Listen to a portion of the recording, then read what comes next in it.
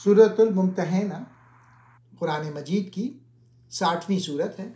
یہ مدنی سورت ہے.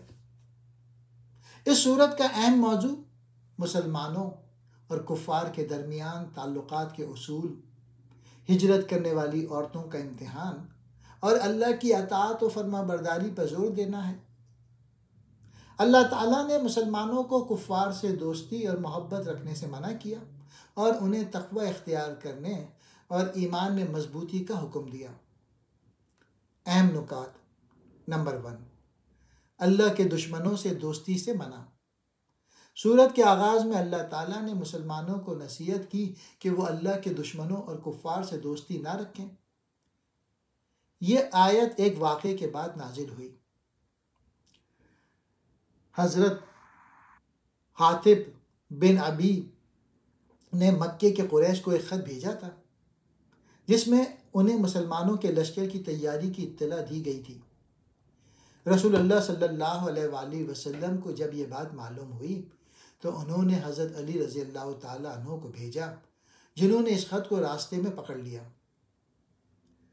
حضرت حاطب رضی اللہ تعالیٰ عنہ نے وضاحت کی کہ انہوں نے یہ کام صرف اپنے خاندان کو بچانے کے لیے کیا تھا، نہ کہ اسلام سے دشمنی کی وجہ سے.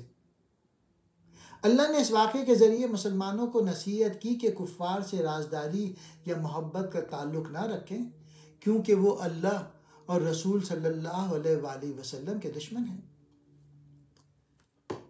دوسرا پوائنٹ، حضرت ابراہیم علیہ السلام کی مثال.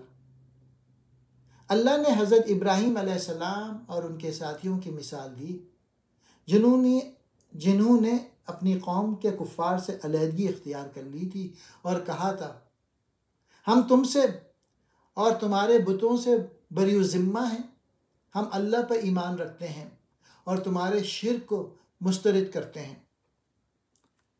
اللہ نے مسلمانوں کو حضرت ابراہیم علیہ السلام کی پیروی کرنے کا حکم دیا تاکہ وہ کفار سے دینی معاملات میں علیحدہ رہیں، لیکن عدل و انصاف اور نیکی کے معاملے میں ظلم نہ کریں.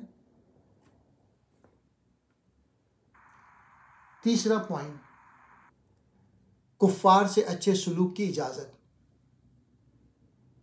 اللہ تعالیٰ نے وضاحت کی کہ ایسے کفار کے ساتھ نرمی اور اچھے سلوک کی اجازت ہے جو مسلمانوں کے خلاف دشمنی نہیں کرتے اور ان پر ظلم نہیں کرتے.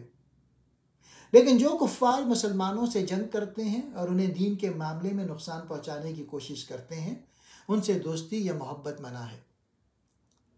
چوتھا پوائنٹ، ہجرت کرنے والی عورتوں کا امتحان.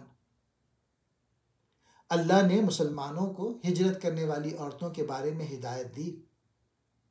اگر کوئی عورت ایمان لا کر مکے سے مدینہ ہجرت کرے تو اس کا امتحان لیا جائے تاکہ معلوم ہو کہ وہ سچے دل سے مسلمان ہوئی ہے یا کسی دنیاوی مقصد کے تحت آئی ہے. اگر وہ واقعی ایمان لا چکی ہو تو انہیں کفار کے پاس واپس نہ بھیجو اور ان سے نکاح کرنا جائز ہے. ان کے غیر مسلم شوہروں کو ان کے مہر واپس کر دو تاکہ انصاف کا تقاضا پورا ہو. اسی طرح اگر کسی مسلمان عورت کا شوہر کافر ہو جائے اور وہ علیحدگی اختیار کرے تو مسلمان مرد کو بھی چاہیے کہ اپنی سابقہ بیوی کا مہر واپس لے. پانچواں موضوع، بیت النساء. اس سورت کے آخر میں اللہ نے بیت النساء کا ذکر کیا. رسول اللہ صلی اللہ علیہ وآلہ وسلم نے فتح مکہ کے موقع پر مسلمان عورتوں سے بیعت لی، جس میں انہوں نے درج ذیل باتوں پر عہد کیا.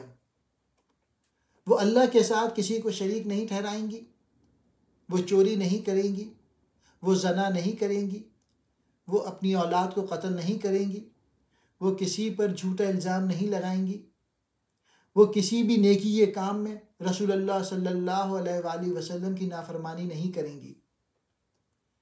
اللہ نے فرمایا کہ اگر وہ اس بیعت پر قائم رہیں تو اللہ ان کے گناہوں کو معاف کرے گا اور انہیں اجر عطا فرمائے گا.